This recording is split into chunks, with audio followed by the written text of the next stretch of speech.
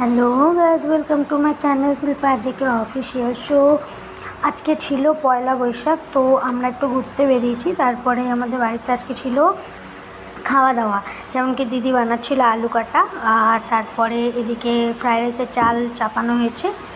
তারপরে দিদি কাটা বাটা করলো, তারপরে আমি এই যে ধোয়াধুয়ি করে আমার যেটা কাজ, আমার কাজ ছিল ফ্রায়েড রাইস বানানো।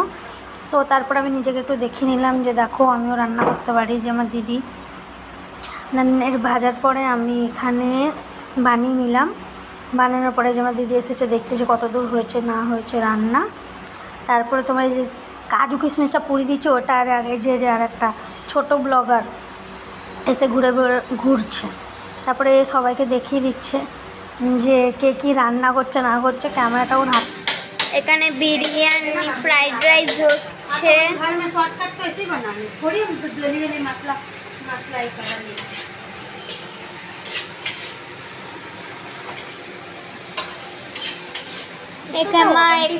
এখানে মা পেঁয়াজ কুচি কুচি করছে। এখানে পেঁয়াজ কুচি কুচি করছে। আমার ছোট মাসি ওখানে বানাচ্ছে। আমার বড় মাসি এখানে খবর দেখছে। এই দেখো, ওই দেখো আমার দিদি ওখানে পড়ছে, আমার মামা ওখানে ফোন দেখছে। বলো হাই।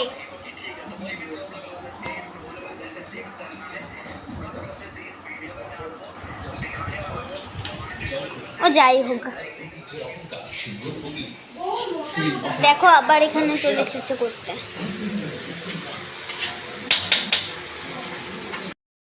মাসি